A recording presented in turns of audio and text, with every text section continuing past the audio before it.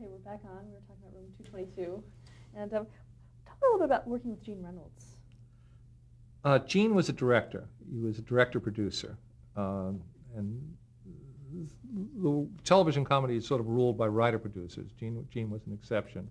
And he was loaded with integrity, dedication, zeal. He was in charge. He was in charge. He wasn't afraid of anybody. The studio couldn't tell him what to do. The networks couldn't tell him what to do. But it was just because he ferociously protected the shows that he worked on, and he made you work hard. He was a great boss in teaching you. I think it was the person who did most towards giving me a real work ethic, I think, was Gene.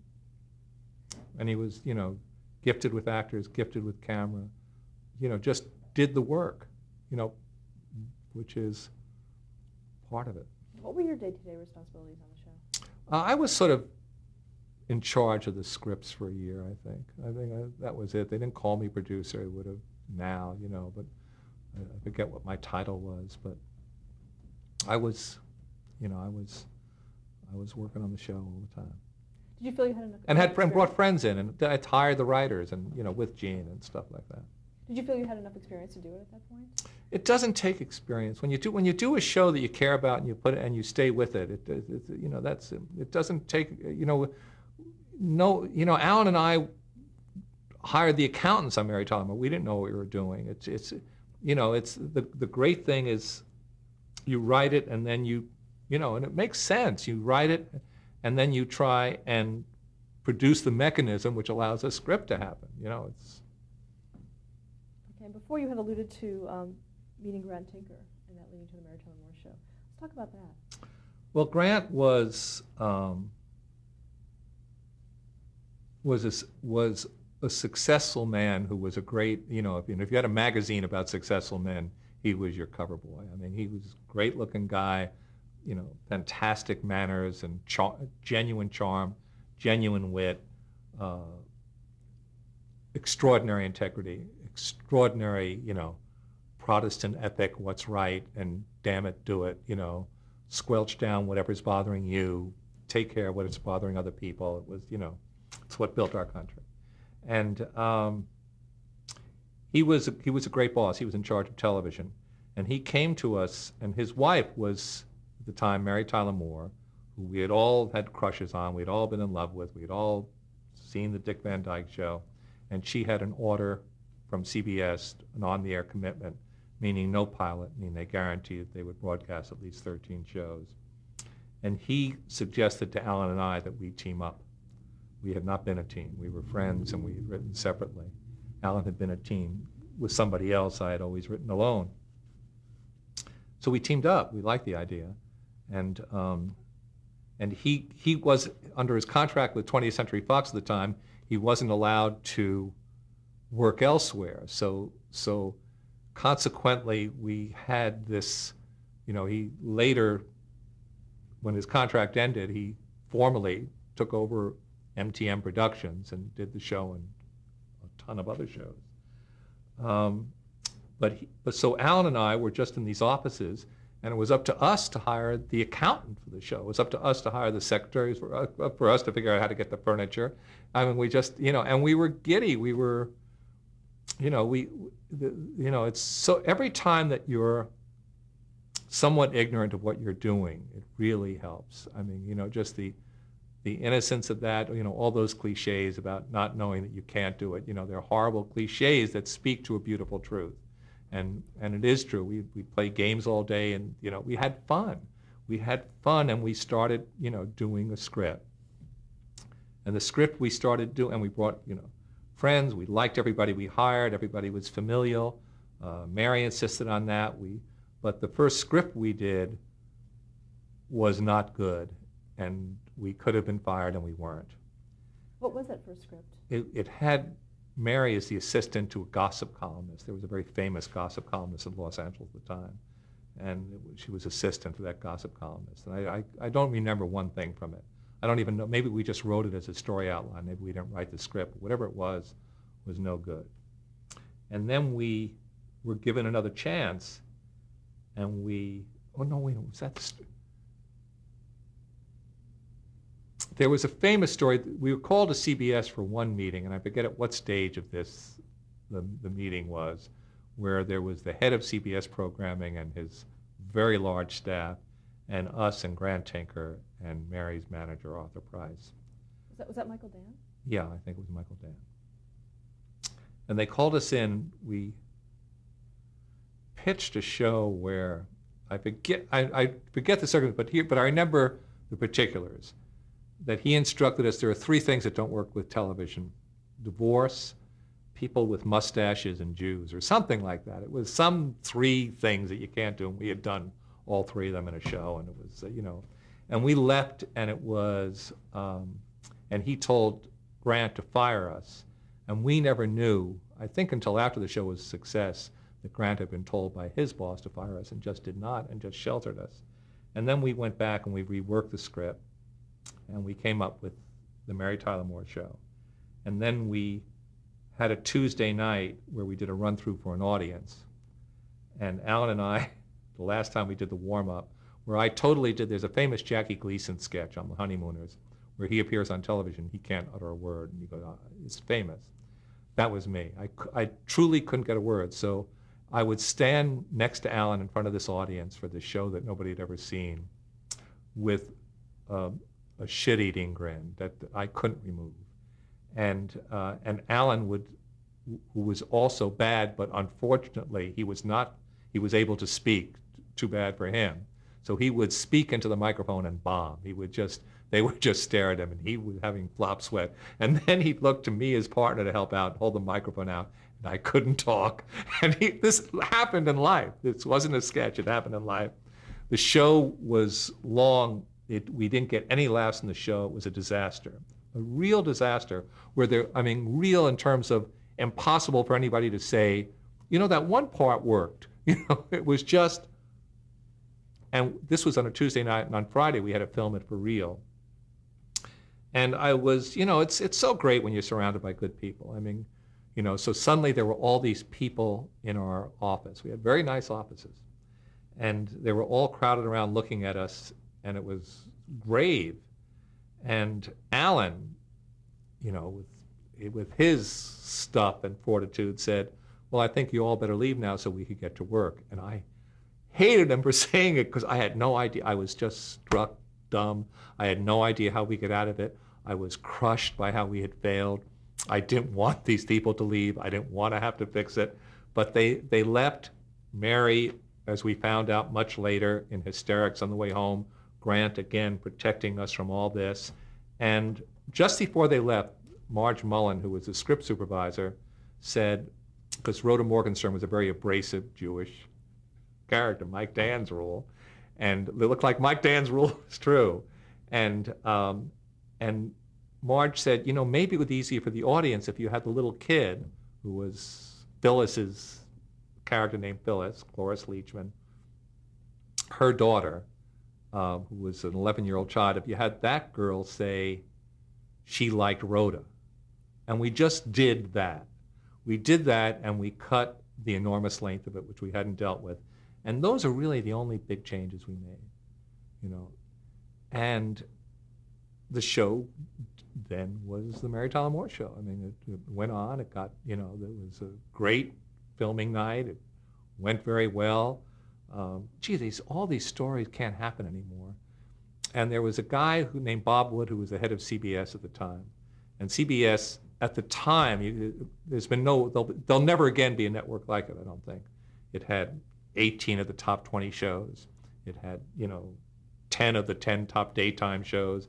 It had everything was success, and they had all these shows like Beverly Hillbillies at the time, Petticoat Junction, all these bucolic shows that had huge ratings you can't, never again ratings like this, where, now if a show has a 12 share, you're doing pretty good.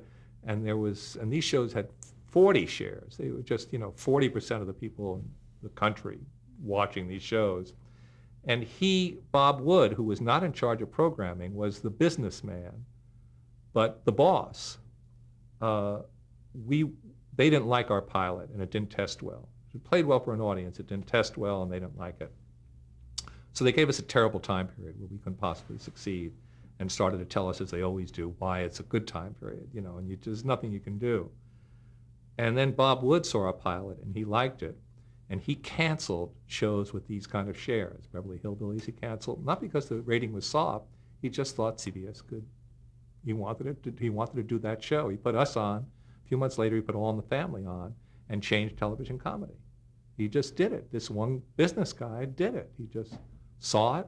Never again where somebody's canceled something at the height of its success. I still don't believe it happened. And it happened. He did it. He did it because he liked our pilot, gave us a great time period, and we did good. Let's go back a little bit to the original creation of the series. How involved was Mary Tyler Moore in the show? Not at all. The great blessing for myself and Alan were that we came in under bosses who didn't question us, and there was never anything to do but try and do what we wanted to do, and just with the utmost support. So we were spoiled in a great way on that show. Were there things that you could or couldn't do with her character initially going in? No, we had a sense of the character from Dick Van Dyke and what she could do, and we liked the idea of most shows took place in New York and Los Angeles, and with a multiple camera show we are all interior. You can say you're any place, so we picked Minneapolis, and we thought that Minneapolis would be the big city to marry, and from New York or Rhoda it would be like going to a small town, and we didn't have her divorced, but we had her, which was racy at the time, having been living with a doctor and putting him through medical school, and he did not follow through with his pledge to marry her at the time. It was sort of great first story because in the next second the feminist revolution was going to happen. In the next second. So we were the beneficiaries of having the right character in the right place, just as the nation was changing and all the mores were changing. And it gave us a lot of story material. It gave us, not that it changed wildly what we were doing. Mary was still Mary in Minneapolis, but the world around our fictional show resembled the world that was happening all around us. Were you very aware of that? Yeah, in good ways and bad ways, because first of all, like I say, everybody tried to use us politically and we didn't let them. And then I remember that, they had a conference on feminism at the LBJ Ranch with Lady Bird hosting it. And I got this invitation to go to the ranch and, at the height of the feminist revolution, and then take part in a seminar at the University of Texas. And I went down with the woman I later married, and we had to conceal the fact that we were cohabitating because Lady Bird didn't like that. This was at the conference on feminism. Gloria Steinem was there, and revolutionaries, Irish women, Scottish women, people from all over, and at the time, revolutionary zeal, real revolutionary zeal. And I was very nervous. I cannot speak in public. I just told the tongue-tied story. And this was a crowd of 1,500 young women at the University of Texas. And we had this great time, barbecue at the ranch, sit around tables, guys sing songs. It was really sort of a great, saw my cows just right there. We're in a cabin on the LBJ Ranch. It was such an amazing out-of-life weekend. And Gloria Steinem gets up before me and attacks the fact that Mary called Lou Grant Mr. Grant on the series to these raucous revolutionary cheers. I have to follow her. And then she tells a total lie about a show that she said we did that was anti-woman, that we never did, that was wholly made up. And now I get up and 1,500 young women boo me. And I can't talk if 300 people are applauding me. So I remember saying, be that as it may or something after they booed me. And then I just said in a very small voice, she didn't tell the truth, which God knows I don't know if I heard me say it, let alone whether it projected into probably lucky they didn't hear me. And that was that. So what did you say? I never understood it. As I say it now, I never understood how loose she was with her facts and how insensitive, and I guess it's, You know, I guess errors are made in revolutions. You know, in France, people had their heads cut off. I got booed. It's okay. Now, what season was this of the Mary Tyler Moore Show? Do you remember? Probably a second. Let's talk about the character of Mary Richards. Can you describe her for someone who maybe has never seen her? Well, I think, you know, yeah, I think I have a fascination with, you know, the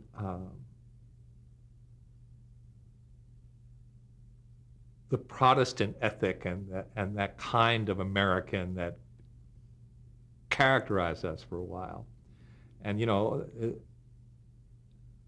and Alan, even though he comes from Hawaii and came from a poor home where there was abuse there, was that kind of guy. He is, Alan, you could put any place in the Midwest and they'd vote him the head of any school board that ever happened. And he's this really funny, perverse guy, but he is such a good man. Always was, you know, always took care of business, took care of family, you know, just great guy. So he, you know, he really, I think, was close to the soul of Mary. I idealized Mary as we wrote her. And, you know, I had fun with her. But he was, I think, close to understanding her soul and representing it. I think we were a very good partnership for doing that show. And she was, I think heroines and good Americans tend to be non-judgmental and tend to hear what other people have to say. So I think that's one of the key things about Mary. She had never imagined herself single. She had never imagined herself anything but somebody's wife. She had never imagined herself as a career woman. But she was a good woman, a private woman.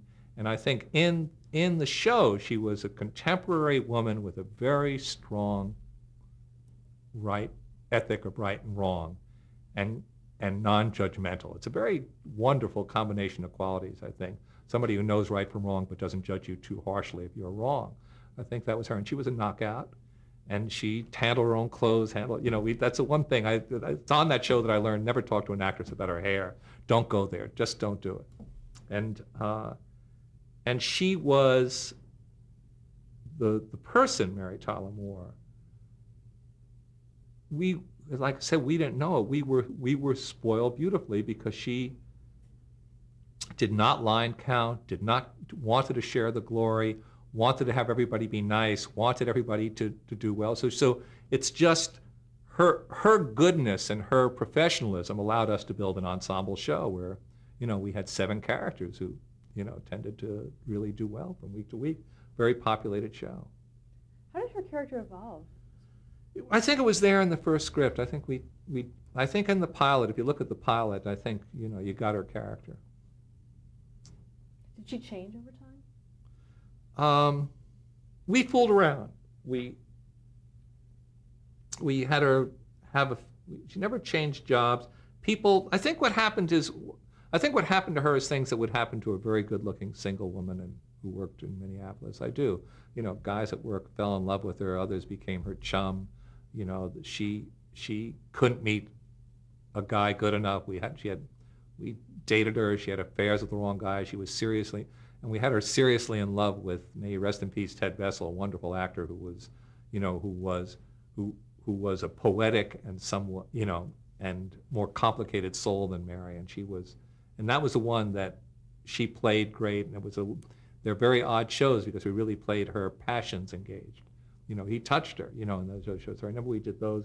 We did fun shows. We did silly shows. We did burlesque shows. We did timely shows. We did shows about it. But the issue was never the king. You know, it's like, well, I think the closest we came to an issue was when Mary was arrested for not revealing a source, and that's the closest we came. And that was a fun show with her in jail and stuff.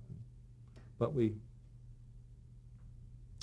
it was great. We followed All in the Family. They were the #1 show on the, you know, and then a lot of people would tune out, but All in the Family was so big we were still the #7 show because we followed the #1 show. What did you think of All in the Family? Loved it. You know, so one of the most fun times in my life is that we used to have couples get together on a Saturday night to watch television. Saturday night being the hugest television night at the time. It's the weakest television night now. And I forget what show started it. And then then we were on, and then All in the Family. I think it was Bob Newhart, us. No, which way was it? I think it was Carol Burnett. Carol Burnett was the end of the evening.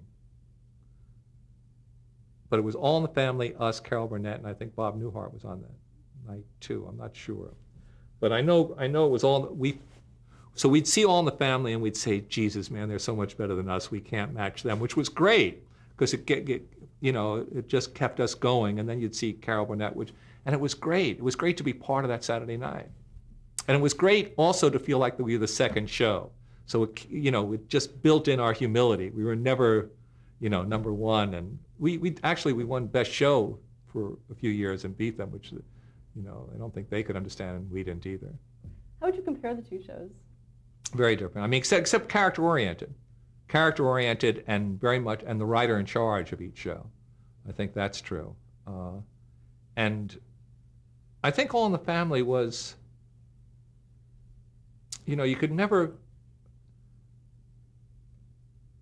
All in the Family, I think probably did as much good, political good, which I think Norman Lear wanted it to do, as any show ever, I think. Because in putting sort of a redneck guy and loving him as a working man and not turning away from him because of his smallness, laughing at it and everything else, putting good people around him, having, a son-in-law who, it wasn't a premise. It was the key to All in the Family was that it loved, I think the thing that both shows had in common is each show loved all its characters. I think that's true.